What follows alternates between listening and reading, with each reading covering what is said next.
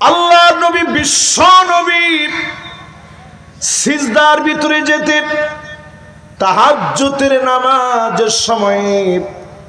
ছোট একটা ঘরের ভিতরে নবীজি যখন সিজদায় চলে যেতেন, আম্মা জান হযরত আয়েশা বলেন, একটু পর থেকে আজিজুন কাজিজিল মিরজাল, পানি ফুটলে যেভাবে টকবক টকবক করে আওয়াজ হয়, আল্লাহ নবীর ভিতর থেকে এইভাবে কান্নার আওয়াজগুলা বের হতো।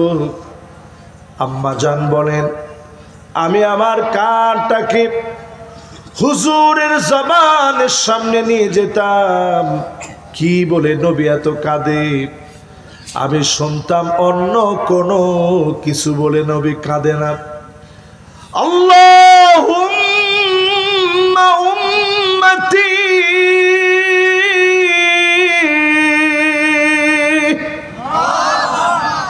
ও আল্লাহ আমার উম্মত, আমার উম্মত বলে নবীজি বারবার কাঁদতেন। জোরে বলেন আল্লাহু আকবার। আমি যদি এখন প্রশ্ন করি, আয়াত তেলাওয়াত শুনে নবীজি কাঁদছেন কাদের জন্য? এবার প্রশ্ন করি, নবীজি নামাজের সেজদার ভিতরে গিয়ে কাঁদছেন কাদের জন্য? আমাদের জন্য নবীজি কাঁদছেন। অথচ আল্লাহর নবী আমাদের মতো এত সুন্দর পোশাক পরেন নাই,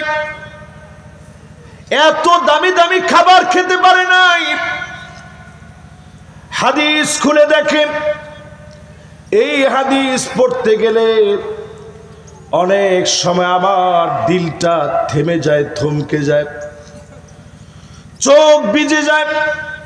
প্রায় সময় নবীজি ফজরের নামাজে বের হতেন, নামাজ পড়ে আল্লাহ পাকের জিকির আজকার করে সূর্য ওঠার পরে আরো আল্লাহর জন্য ইবাদত বন্দেগী নামাজ পড়ে তিনি যখন ঘরে ফিরতেন, নবীজির অভ্যাস ছিল ফজরের পরে কিছু না কিছু নবী খাইতে চাইতেন। আম্মা জানদেরকে বলতেন, কোনো কিছু কি ঘরে আছে? প্রায় সময় বলা হতো, ওগো নবীজি ঘরের ভিতরে তেমন কোনো খাবার নাই, ঘরের ভিতরে কিছুই নাই। আল্লাহর নবী অকপটে বলতেন, ইন্নী সুমতুল ইয়াউম,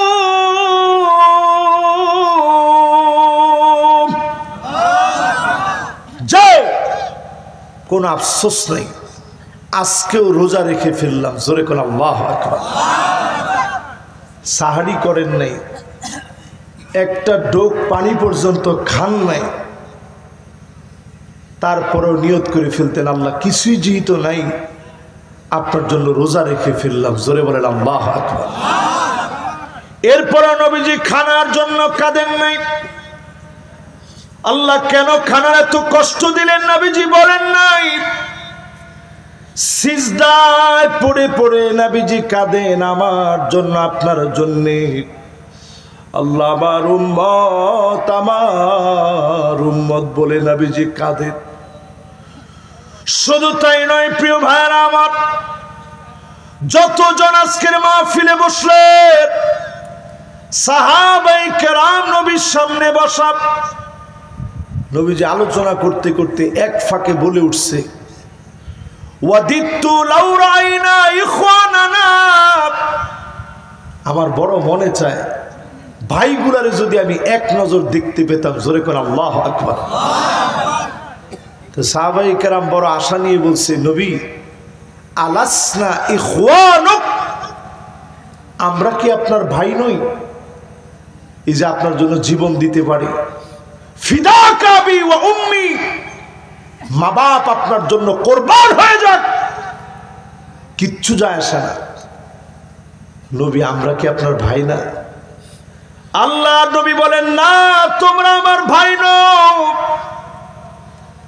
বাল আনতুম আসহাবি, তোমরা তো কেবল আমার সাহাবী। ভাই তো হবে তারা মান আমানা বি ওয়ালাম ইয়ারানি, জীবনে কোনোদিন আমারে দেখে নাই, না দেখে কালেমা পড়ে যারা ঈমান এনেছে আমার সে আদরের উম্মত গুলা হবে আমি নবীর ভাই। আর একটু জোরে কোন, আর একটু মহব্বত নিয়ে কোন। স্বাভাবিক যদি আপনি চেয়ারম্যান সাহেবের ভাই কোন, উপায় আছে? আমার মতো একজন হুজুর আমারই যদি আপনি ভাই কোন, আমি কিছু না কইলেও ফাঁসের লোকটা কইব তোর মতো বেদ্যবার দেখছি না। হুজুরে গিয়া ভাই কইছিস কি লিগা তুই? অথচ নবীজি বলতেছে মাশাআল্লাহ, মাঝখানে যুবকরা বাজার ওয়াজ তো আরেকটা লইছে। হ্যাঁ মাশাআল্লাহ, অসুবিধা নেই, আর করতাম না, অসুবিধা নেই। উমায়ের ফটো থামে না। হায় রে, কোন এলাকার লোক এটি? একটু আগে দেখে লই রাখেন নাম। এলাকার নামটা তো সুন্দর আছে, বিলচাপড়া, দক্ষিণ পাড়া, কবরস্থানের মাহফিল এটা, মানে কবরস্থান সংলগ্ন যুবকদের আয়োজন। যুবকদের মনের ভিতরে এখন ঢুকে আছে শাহরুখ খান, তারপরে আরো কি কি নাম না, কয়েকজনের নাম কর না শুনি আমি। ও যুবকগর দিলের ভিতরে এখন ঢুকে আছে ফ্রি ফায়ার আর পাবজি। যুবকরা খাইছে তোম করে, তবে এই যুবক করে আবার ফ্রি ফায়ার আর পাবজি করে ঠেলে ফালায় দেওয়ার কোনো সুযোগ নেই। এই যুবকেরাই এনেছে জাতির জাগরণ, ঠিক কিনা বলে? যুবকরা একটাও ঠিক কইছে না, এই এলাকার যুবকরা একটাও আসেন না মনে। একটু চিন্তা করেন, এত বছর ধরে সবাই অনেক রকম আন্দোলন করছে, ব্যর্থ হয়েছে বারবার। যুবকেরা একবার আন্দোলন করে সফল হয়েছে এবার, ঠিক কিনা বলেন? এই জন্য যুবকদেরকে আমরা সবসময় সেলিউট জানাই। যুবক ঠিক তো দুনিয়া ঠিক। মাত্র 3টা অক্ষরের যুবক, উদ্দীপনাময় এক শক্তি। যুগ জমানা পাল্টে দিতে চাই না অনেক জন, যুবকেরাই আনবে আগামী দিনের জাগরণ। কিন্তু আপনাদের এই বিলচাপড়ার যুবকরা বাদে এন যুবক যে আলাম কেমনে আছে? আপনি মুরব্বী দিকে কইছেন আছে, একটা যুবক হ না ঠিক বেটি কিচ্ছু বুঝতেছে না, মাথা কোন। আমি আরেকটা বার বলি, যুগ জমানা পাল্টে দিতে চাই না অনেক জন, যুবকেরাই আনবে আগামী দিনের জাগরণ। মানে কইছে সব মুরব্বীরা মিল্লা, কুফায় নাই, ইজ্জত থাকতো না যুবকরা। দেখি এবার যুবকরা আরেকটা বার বলো তো দেখি। যুগ জমানা পাল্টে দিতে চাই না অনেক জন, যুবকেরাই আনবে আগামী দিনের জাগরণ। এই তো আওয়াজে বেরুন বেড়াইতের মতো, করে না কো ডুস ডাস, মারে না কো ফুসফাস, গোটা দুই আন্ত তেরে মেরে ডান্ডা করে দেব ঠান্ডা। এই দুরাসাদ মার্কা লোক হওয়ার কোনো দরকার নাই, ঠিক কিনা বলে? দেখছেন পুলিশ গিয়ে স্বরাষ্ট্রমন্ত্রীর দেখায়, যেটারে মারি হেডুই পরে,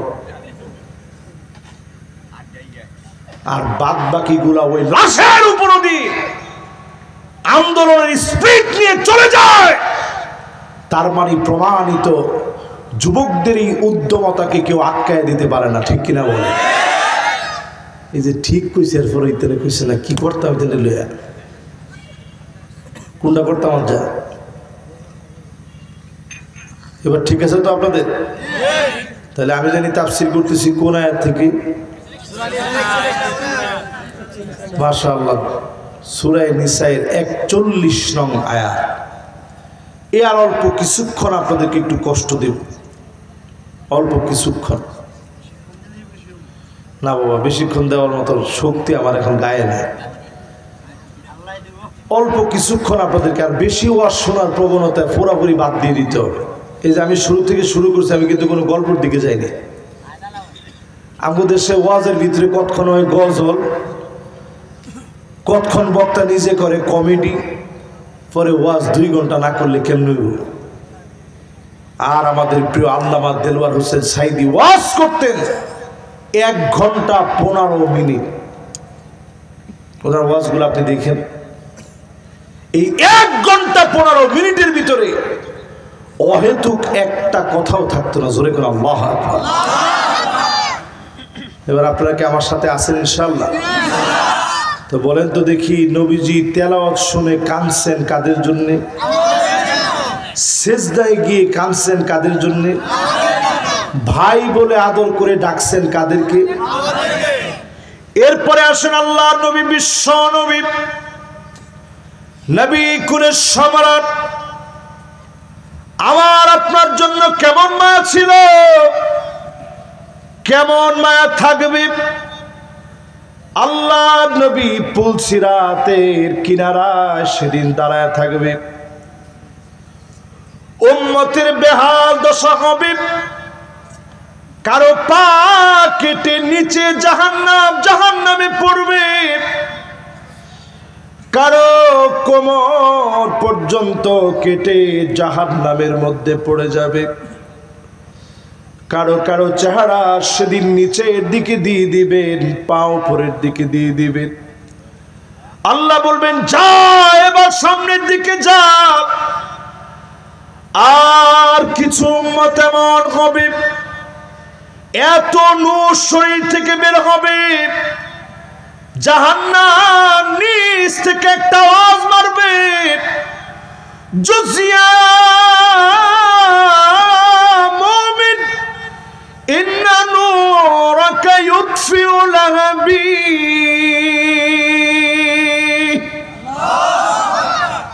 ও মুমিন, দ্রুত চলে যাও, তোমার আলোর কারণে জাহান্নামের আগুন নিভে যাচ্ছে। এমন নবীর উম্মতদেরকে চোখের পলকে আল্লাহ পার করায় দিবে। জোরে বলেন আল্লাহু আকবার। মাশাআল্লাহ, এর সুন্দর জোরে কইছিলাম। এই আমাদেরকে যদি আল্লাহ সেদিন এরকম সুযোগ দেয়, চেহারা থেকে যদি আল্লাহ সেদিন নূর বের করে দেয়, এই নূর বের হবে কাদের? গুররান মুহাজ্জালিনা মিনাল ওয়াদু, ওজুর পানি দিয়ে যারা চেহারা ভিজিয়েছেন। এবার আমি যদি একটু প্রশ্ন করি, 6 বছর ধরে মাহফিল হচ্ছে, এখানে আসার পরেও একজন আপনাদের এলাকার কি জানি ডাক্তার, কি নাম জানি, হ্যাঁ হ্যাঁ হ্যাঁ, ও ডাক্তার জাহাঙ্গীর সাহেব কই? উনি চেম্বারে যেহেতু আছে, উনি শুনবে। উনি আমারে বলতেছিল, হুজুর 6টা বছর হয়ে গেছে মাহফিলে, 10 জন করে লোকও যদি নামাজি হইতো তাহলে কয়জন নামাজি হওয়ার কথা? 60টা লোক নামাজি হওয়ার কথা। আসলে কি আমরা 60টা লোক নামাজি হইছি? মুরব্বীরা যেমনি মুখ ফুচ্ছা না কইলেছে, আপনারা কি কর? না না হ। একজনে কইছে হইছি। তাইলে কোন এই মাহফিল যে এত কষ্ট করে আমরা দিলাম, সার্থকতা কোথায়? আজকের মাহফিলে পরিষ্কার বলি, এই পৃথিবীতে এখনো প্রতিদিন মার খাচ্ছে। আজকে 1 নভেম্বর 2024, নভেম্বর মাসের হিসাব বলি, এই পৃথিবীতে এখন প্রতিদিন মার খাচ্ছে এমন মুসলমানের সংখ্যা 1 জন আর 2 জন না, 2 কোটি। জোরে বলেন কয়জন? 2 কোটি। 20 কোটি মুসলমানের কোনো ঘর বাড়ি নাই। আমাকে আপনাকে নবীর উম্মত বানায়া 3 বেলা আল্লাহ খাবার দিয়েছে, গরম গরম ভাত খাওয়ার সুযোগ দিয়েছে। এই শুকরিয়া যদি আদায়ের ভাষা বুঝতেন, নামাজ ছেড়ে দিতে পারতেন না, অন্যায় করতে পারতেন না। এই মাহফিলে যারা বসলে যদি আজকে কথা দিতে পারেন নামাজ পড়বেন, এ মাহফিল সফল হবে। কবরে গেলে যিনি কবরকে আলোকিত বানায় দিবেন তিনি কে? আজকের জুমাতেও আমি বলেছি, কবরে যখন আপনাকে রেখে চলে আসবে, পায়ে পায়ে মাটি গুলা যার যার বাড়িতে চলে যাবে, কবরের মাটি জুতায় জুতায় পায়ে পায়ে লেগে থাকবে। মাটিটা একদিন নিশ্চিহ্ন হয়ে যাবে। যেই লোকটা কবরের ভিতরে শুয়ে গেছে, ওই লোকটা দেখবে অন্ধকার গুটগুটে কবর। এই কবরের ভিতরে হঠাৎ করে কে যেন দাঁড়িয়ে গেছে। লোকটা বলবে, কে গো তুমি? সব আত্মীয় স্বজন রেখে চলে আসলাম, আজকে কে গো তুমি? সেই মুসিবতের সময়ে জবাব আসবে, নূরুন ওয়া বুরহানুন ওয়া নাজাহ।